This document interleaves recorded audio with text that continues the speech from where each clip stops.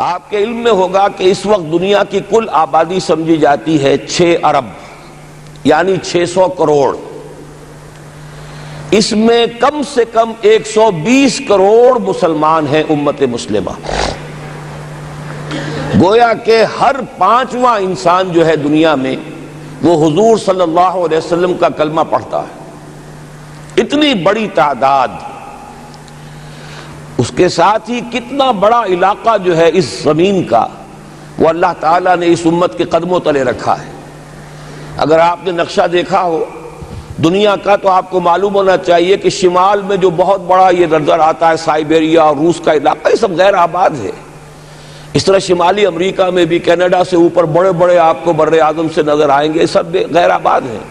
جو آباد علاقہ ہے دنیا کا اور جو زرخیز علاقہ ہے دنیا کا، اس کا کتنا بڑا حصہ ہے کہ جو امت محمد صلی اللہ علیہ وسلم کے قدموں تلے.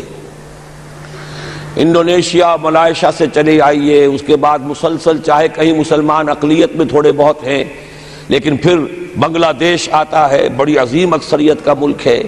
پھر بھارت میں اگرچہ اقلیت میں ہے لیکن 20 کروڑ مسلمان بھارت میں اس وقت ہے. پھر جو پاکستان سے شروع ہوا سلسلہ، افغانستان، ایران، چلتے جائیے ادھر ترکستان، چینی ترکستان، روسی ترکستان، پھر آگے چلیے عالم عرب، افریقہ کا پورا شمالی علاقہ، افریقہ کا تقریباً سارا وسطی علاقہ. یہ سب کیا ہے؟ کتنا بڑا رقبہ ہے. اور ہر طرح کی نعمت اللہ نے دی ہے. اس میں نباتات بھی ہیں، اس میں معدنیات بھی ہیں، اور سب سے بڑھ کر آج کی دنیا میں جو اہم ترین شے ہے کہ پیٹرول جو ہے، تیل جو ہے، اس کے سب سے بڑے ذخائر وہ ہیں کہ جو مسلمانوں کے قدمے تلے. اتنی تعداد میں ہونے کے باوجود، اتنے وسائل کے پر بظاہر قابض ہونے کے باوجود، سوال یہ ہے کہ کیا آج دنیا میں امت مسلمہ کو عزت حاصل ہے یا یہ ذلیل ہے؟ اسے غلبہ حاصل ہے یا مغلوب ہے؟ اسے کوئی دنیا میں وقار حاصل ہے یا یہ بالکل بے وقار ہو کر رہ گئی؟ یہ بات ہے جو ہمارے سمجھنے کی ہے. آج کیوں ذلیل کہ کل تک نہ تھی پسند، گستاخی فرشتہ ہماری جناب میں. اس وقت صورت یہ ہو چکی ہے، آپ کو معلوم ہے کہ ہر جگہ پر پسماندگی کا نشان مسلمان ہیں. ہمارے سارے وسائل پر دوسروں کا قبضہ ہے. ایک ہی شے رہ گئی تھی تیل، خلیج کا تیل، اس پر بھی آ کر امریکہ کی فوجیں ان کے سر پر بیٹھ گئی ہیں. سارا کا سارا تیل اب ان کے قبضے میں ہے. ادھر خلیج کے دہانے کے دونوں طرف وہ اپنے مورچے بنا رہے ہیں تاکہ یہاں کسی کا داخلہ نہ ہو سکے. بڑے بڑے جتنے لوگ ہمارے ہیں ان سب کی دولت ان کے پاس ہے. کہنے کو تو سلطان اور برونائی دنیا کا امیر ترین آدمی ہے، لیکن دولت ہے کہاں اس کی؟ انویسٹڈ تو وہی ہے، اسی کے بینکوں میں ہے، انہی کی کمپنیوں میں ہے. کسی کے پاس کچھ نہیں ہے. سعودی عرب کے کوئی ڈالرز ہیں تو کہاں ہیں؟ جیسے شہنشاہ ایران کا جو اثاثہ تھا، سرمایہ تھا، جو سارا کا سارا انہوں نے جو ہے وہ فریز کر لیا. تو یہ دولت تو ساری وہی ہے. کہنے کو ہے کہ آپ کے اکاؤنٹ میں اتنا روپیہ ہے، لیکن سوال یہ ہے کہ وہ اکاؤنٹ فی الواقع کس کے قبضے میں ہے؟ پھر آپ کو معلوم ہے کس طریقے سے مسلمانوں کے ساتھ سلوک ہو رہا ہے. ہر جگہ پر جہاں چاہیں، جس طرح چاہیں انہیں ستا لیں. اور ان میں بھی سب سے بڑھ کر جو بات میں آپ سے کہوں گا، آج دنیا میں جتنے بڑے پیمانے پر محمد عربی صلی اللہ علیہ وسلم کی توہین و تذلیل ہوئی ہے، پوری انسانی تاریخ میں نہیں ہوئی. رشدی نے کتاب لکھی، بدترین حملے کیے. کیا رنگیلا رسول کتاب تھی جو لکھی تھی کسی ہندو نے، جس کو کہ ایک مسلمان نے پھر خنجر گھونپ کر اور ہلاک کر دیا تھا. وہ تو کچھ بھی نہیں تھی. اس کتاب کو رنگیلا رسول کو 100 سے ضرب دیجئے تو یہ کتاب بنتی ہے سیٹنک ورسز، اور وہ ملینز نہیں بلینز کی تعداد میں شائع ہوئی. اس کے خلاف احتجاج اگر کسی نے کیا ہے تو ان کے اوپر جوتے پڑے ہیں، ان پر ڈنڈے پڑے ہیں. پوری مغربی دنیا اس کے پیچھے آ گئی ہے، سپورٹ کیا ہے. لے دے کے ایک ملک نکلا ایران، اس نے کم سے کم یہ کہ اس کے قتل کا فتویٰ تو دیا، لیکن کیا کرے، قتل کرنے کی تو نوبت نہیں آئی. پورا عالم عیسائیت اس کی پشت پناہ ہے، اس کی مدد کر رہا ہے. یہ اتنی بڑی توہین محمد رسول اللہ صلی اللہ علیہ وسلم کی اور آپ کی ازواج مطہرات کی اور یہ بظاہر ایک ایسے شخص کے ہاتھوں جس کا نام مسلمانوں کا سا ہے، اس کا اتنا بڑے پیمانے پر ہونا، اور پھر یہ کہ مسلمان 120 کروڑ ہونے کے باوجود کچھ نہیں کر سکتے۔ میں وہ چیزیں نہیں گنوانا چاہتا کہ 15 لاکھ جو ہیں وہ ہمارے افغان بھائی جو ہیں انہوں نے جانیں دیں، فائدہ کس کو پہنچا؟ تاحال امریکہ کو، کہ اس کی جو مد مقابل قوت تھی USSR وہ ختم ہو گئی۔ اسی طریقے سے جو کچھ کشمیر میں ہو رہا ہے، ہماری بے حمیتی بے غیرتی کا عالم یہ ہے، ہم کچھ اندر خانے تھوڑی بہت کو مدد کر کے سمجھتے ہیں کہ ہم نے فرض ادا کر دیا، جبکہ فرض تو یہ ہونا چاہیے تھا کہ ہم براہ راست اعلان کرتے اور انڈیا کو الٹیمیٹم دیتے کہ سٹاپ دس بزنس، یا یہ کہ پھر ہم سے جنگ ہے۔ جنگ کا نتیجہ تو پھر اللہ جس کو چاہے دے گا، اگر انسان اللہ تعالیٰ پر اعتماد رکھتا ہو، توکل رکھتا ہو، اپنے موقف کی حقانیت پر بھی اسے یقین ہو، تو کم من فیۃ قلیلۃ غلبت فیۃ کثیرۃ، تاریخ میں ہمیشہ ہوتا آیا ہے کہ چھوٹی قوتیں جو ہیں ان کو غلبہ اللہ نے عطا کیا ہے بڑی قوتوں پر، لیکن بے غیرتی کا عالم یہ ہے، بے حمیتی کا عالم یہ ہے، زبانی کلامی ہم سے بڑا ہمدرد کوئی نہیں مسلمانان کشمیر کا، جس لیڈر کو دیکھو بڑھ چڑھ کر بیان دے گا، لیکن عملاً ہم کیا کر رہے ہیں؟ یہ ساری صورتحال جو میں نے آپ کو بتائی ہے، ویسے تو اب یہ کہ اگر اس میں ایک خاکہ سا میں نے آپ کے سامنے رکھا ہے، اس میں رنگ بھروں تو ظاہر ہے کہ یہ پورا گھنٹہ اسی میں لگ جائے گا، لیکن جو اس کا اصل لب لباب ہے وہ یہ ہے کہ ہم اپنی جگہ بڑے خوش ہیں کہ ہم امت مرحوم ہیں، ہم تو امت محمد ہیں صلی اللہ علیہ وسلم، ہم تو اللہ کے پیارے ہیں، ہم اللہ کے لاڈلے ہیں، ہمیں اللہ کی شفاعت، ہمیں اللہ کے رسول کی شفاعت بھی ملے گی، جنت تو گویا کہ ہمارا پیدائشی مقام ہے۔ یہ سارے جو بھی ہمارے ذہنوں کے اندر ہیں خیالات، اور یہ جو ہمارے من گھڑت عقائد ہیں، آپ سوچئے کہ جب ہم جو آبجیکٹیو کنڈیشنز ہیں، گیون کنڈیشنز ہیں، جو سامنے کے حالات ہیں، ان سے جب تقابل کرتے تو معاملہ بہت مختلف ہے۔ یہ کیوں ہے؟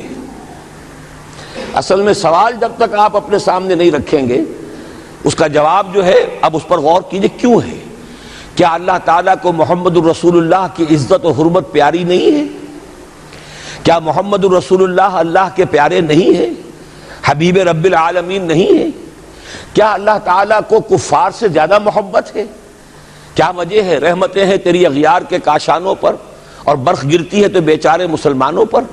سائنس میں وہ آگے ہیں، مالیات پر ان کا شکنجہ کسا ہوا ہے پوری دنیا پر، تہذیب ان کی ہے، تمدن ان کا ہے، ہم تو ان کے کیمپ فالوورز ہیں، نقش قدم پر چل رہے ہیں، ہم تو ان کی صرف یہ کہ نقالی کر رہے ہیں۔ تو سوچئے وجہ کیا ہے؟ کیا اللہ کو کفر زیادہ پسند ہے اسلام سے؟ کیا اللہ کو محمد الرسول اللہ صلی اللہ علیہ وسلم کی عزت و حرمت کا کوئی خیال نہیں؟ سوچنے کی بات ہے۔ ظاہر بات ہے کہ ان سوالات کا جواب تو ہاں میں آپ نہیں دے سکتے، یقیناً ایسا نہیں ہے۔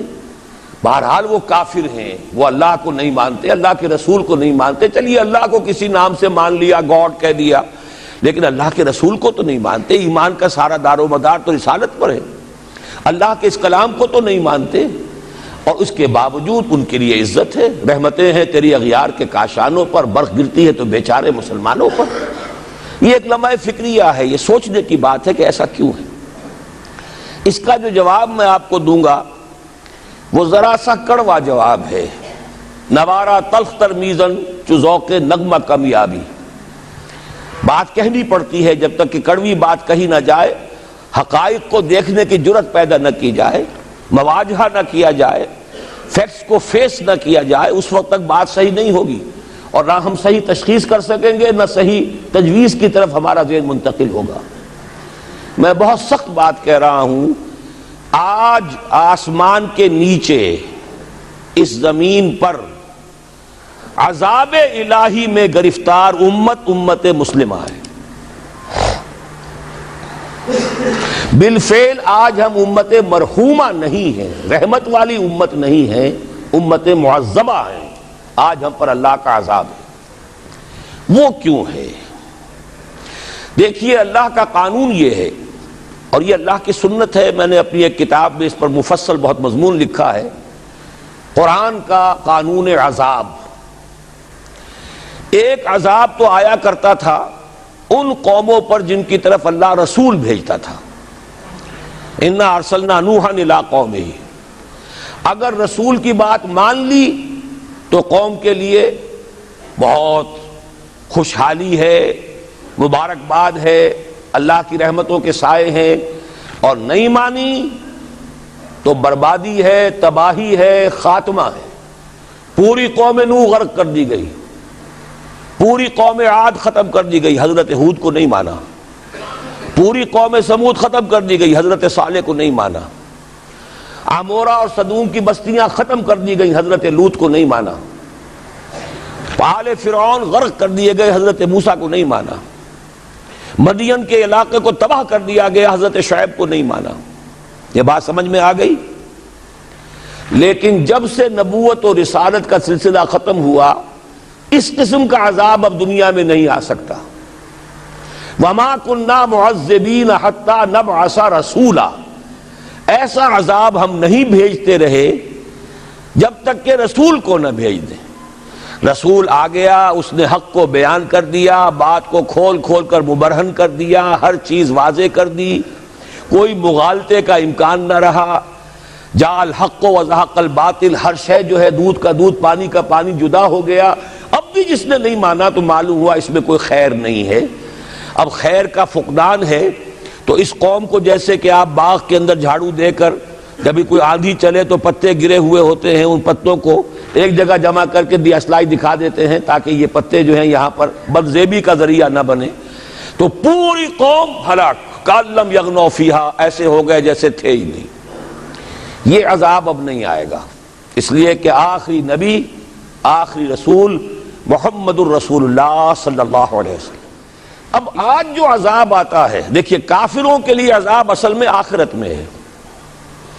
دار العذاب، دار الجزا، وہ تو آخرت ہے، یہ تو دار الامتحان ہے۔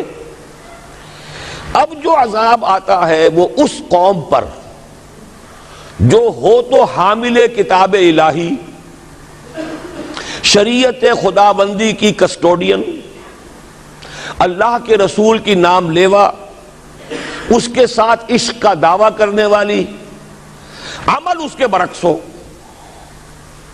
حالانکہ اللہ نے اگر اسے وہ مقام دیا، اللہ نے اس کی طرف رسول بھیجا اور اسے رسول کے امتی بننے کا شرف عطا کیا، اسے اپنا کلام دیا، کتاب دی، اسے اپنی شریعت دی، تو کس لیے دی؟ تاکہ اس پر خود بھی عمل کریں، اسے دوسروں تک بھی پہنچائیں۔ وہ گویا کہ اس روئے ارضی پر وہ امت، وہ قوم اللہ کی نمائندہ قوم ہوتی ہے، ریپرزنٹیٹو ہوتی ہے۔ اے انسانوں، ہمارے پاس ہے تمہارے خالق اور مالک اور پروردگار کا قانون، ہمارے پاس ہے اس کی ہدایت، ہمارے پاس ہے اس کی کتاب، ہمارے پاس ہے اس کے رسول کا اسوہ۔ آؤ ہماری طرف، ہمیں جانچو، ہمیں پرکھو، ہمیں دیکھو، ہم واقعتاً اسی کتاب کے مطابق چل رہے ہیں نا؟ دیکھ لو ہم جو کہتے ہیں وہی کرتے ہیں نا؟ وہی بات تو نہیں ہے کہ لما تقولون ما لا تفعلون، کبر مقتا عند اللہ ان تقولوا ما لا تفعلون۔ آؤ دیکھو ہم نے اس کتاب کے مطابق، اللہ کی ہدایت کے مطابق کیسا اچھا معاشرہ بنایا ہے، کیسا انصاف ہے، کیسا امن ہے، کیسا بھائی چارہ ہے، کیسی اخوت ہے۔ آؤ دیکھو ہمارے ہاں تقسیم دولت کا نظام کتنا صحیح ہے۔ ایسا نہیں ہے کہ کوئی جو ہے اسے دولت کی بدہضمی ہو رہی ہو اور کوئی وہ ہے کہ جو بھوکا مر رہا ہو، ایسا نہیں ہے۔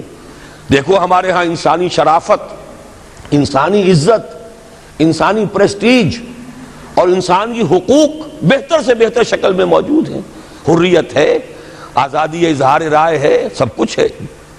یہ کام اگر وہ امت کرے تو اس سے زیادہ خوش نصیب کوئی نہیں۔ پھر دنیا میں اس کو غلبہ ہوگا، دنیا کی خلافت اس کو دی جائے گی، دنیا کی امامت اس کو دی جائے گی، دنیا کی قیادت اس کو دی جائے گی۔ جیسے کبھی اقبال نے کہا تھا کہ سبق پھر پڑھ شجاعت کا، عدالت کا، صداقت کا، لیا جائے گا تجھ سے کام دنیا کی امامت کا۔ لیکن پھر وہی سبق پڑھنا پڑے گا جو صحابہ کرام نے پڑھا تھا۔ جب صحابہ کرام نے وہ سبق پڑھا تھا تو دنیا کی امامت اللہ نے ان کو عطا کی تھی کہ نہیں کی تھی؟ اگر تو اس کے مطابق عمل ہے تو ان سے زیادہ اللہ کو محبوب کوئی نہیں، اور اگر طرز عمل برعکس ہو جائے، کہیں کچھ اور کرے کچھ اور، کہیں یہ کہ قرآن پر ہمارا ایمان ہے اور اس کے قانون کو نافذ نہ کرے، کہیں یہ کہ ہماری تو محبوب ترین شخصیت محمد ہیں اور ان کی سنت کے اوپر عمل نہ کریں صلی اللہ علیہ وسلم. قرآن نے جس شے کو حرام کیا ہے اس کا استعمال کر رہے ہوں. اگر طرز عمل یہ ہو اور یہ طرز عمل اس حد کو پہنچ جائے کہ دنیا تانے دے یہ مسلمان کہاں اسلام دنیا میں ہمیں دکھاؤ, کہاں اسلام ہے؟ یہ مسلمان کیا اسلام پر کاربند ہیں؟ جارج برنارڈ شاہ نے کہا تھا کہ میں جب قرآن پڑھتا ہوں تو محسوس کرتا ہوں اس سے بہتر کتاب کوئی ممکن نہیں, لیکن جب مسلمانوں کو دیکھتا ہوں تو محسوس کرتا ہوں ان سے زیادہ ذلیل قوم دنیا میں کوئی نہیں. یہ کنٹراسٹ ہے جو ہم اپنے وجود سے پیش کر رہے ہیں. کیا اس کی وجہ سے لوگ اسلام کی طرف راغب ہوں گے یا اسلام سے متنفر ہوں گے؟ کیا ہمارا منہ ہوتا ہے ہم باہر جاتے ہیں؟ اسی لیے ہم تو تبلیغ, میں تو کم سے کم وہاں جا کر جو مسلمان کھوئی ہوئی بھیڑیں ہیں امت محمد صلی اللہ علیہ وسلم کی, انہی کو ریکلیم کرنے کی کوشش کرتا ہوں. جیسے کہ حضرت مسیح نے کہا تھا میں تو بنی اسرائیل کے گھرانے کی کھوئی ہوئی بھیڑوں کی تلاش میں آیا ہوں. میرا منہ نہیں ہے کہ میں وہاں کسی امریکن سے بات کروں. وہ یہ کہے گا تم اپنا گھر تو سنوارو, فزیشین ہیل تھائی سیلف. تم ایک چھوٹا سا ملک نہیں چلا سکتے, تم نے اس کا بیڑا غرق کر کے رکھ دیا ہے. تم نے اسے کورٹ آف وارڈ بنوا دیا ہے آئی ایم ایف کا. ہاں یہاں تو گھڑی گھڑی جو ہے قرقمین آتے ہیں آئی ایم ایف کے اور ورلڈ بینک کے قرقی کرنے کے لیے. ہر روز ایک نئی قرقی ہو رہی ہے, ہر روز جو ہے آج پھر گاڑیوں کا کرایہ بڑھ رہا ہے, بجلی کا کرایہ قرقی ہو رہی ہے. عوام کے اندر جو بھی راہ رہ گیا اسے بھی چوسنے کا اور کشید کرنے کے لیے. ایک حکومت کو گرا دو وہ تو بدنام کر دی گئی, دوسری حکومت لے آؤ اس کے ہاتھوں کچھ کام کروا لو, وہ بدنام ہو جائیں گے تو ان کو بھی ہٹا دینا. ان کا کیا کھیل ہے؟ یہ کھیل کھیلتے رہیں گے اور اس میں یہ ہے کہ اپنی قرقیاں کرتے چلے جاؤ. یہ حال اب کیا میرا منہ ہے کہ میں جا کر وہاں بات کروں؟ تم اپنے گھر کو دیکھو, تم اپنے ملک کو دیکھو. ایک وہ ہے جنہیں تصویر بنا آتی ہے, ایک تم ہو کہ لیا اپنی بھی صورت کو بگاڑ. ایک ہی ساتھ تم آزاد ہوئے تھے, ہندو بھی تھے کہ نہیں تھے. انہوں نے اس ملک کو بنایا ہے, اپنی معیشت کو, اپنی اکانومی کو اپنی بنیادوں پر, اپنے پاؤں پر, اپنے پیروں پر کھڑا کیا ہے. آج جو ہے وہ ایک منی سپر پاور بن چکا ہے, اور وہ کہ ڈرتا تھا پاکستان دو طرف سے ہمیں جو ہے قابو میں کر لے گا. پہلے تقریباً 20 برس جو ہیں ہندوستان کے, بھارت کے کانپتے ہوئے گزرے ہیں پاکستان سے. اب 30 برس سے جو صورتحال ہے وہ آپ کو معلوم ہے.